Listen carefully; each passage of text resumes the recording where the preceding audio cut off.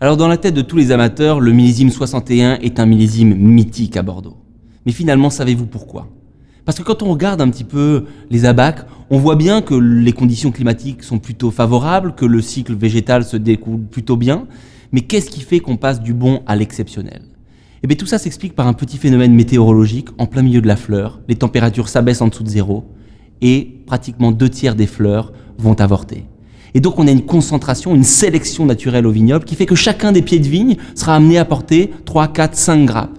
Et donc la maturation va se faire de façon plus rapide, plus pleine, plus généreuse. Le résultat, c'est un millésime plein de charme, plein de fruits noirs, plein de maturité, généreux, puissant, onctueux, intense. Et puis au vieillissement, on se rend compte que ces vins gagnent en équilibre, en race, en complexité. N'oublions pas que l'apanage des très grands vins, c'est de garder une part de jeunesse éternelle. Donc bien sûr, les notes de framboise, de cassis, de violette, de pétales de rose vont rester, mais elles vont s'habiller avec des notes de moka, des notes de cèdre, des notes de tabac, des notes de sous-bois, qui vont faire naître la complexité du bouquet aromatique. La bouche de Cheval Blanc, elle, va rester droite et généreuse à la fois. L'acidité va permettre d'allonger les vins et pratiquement faire une finale interminable.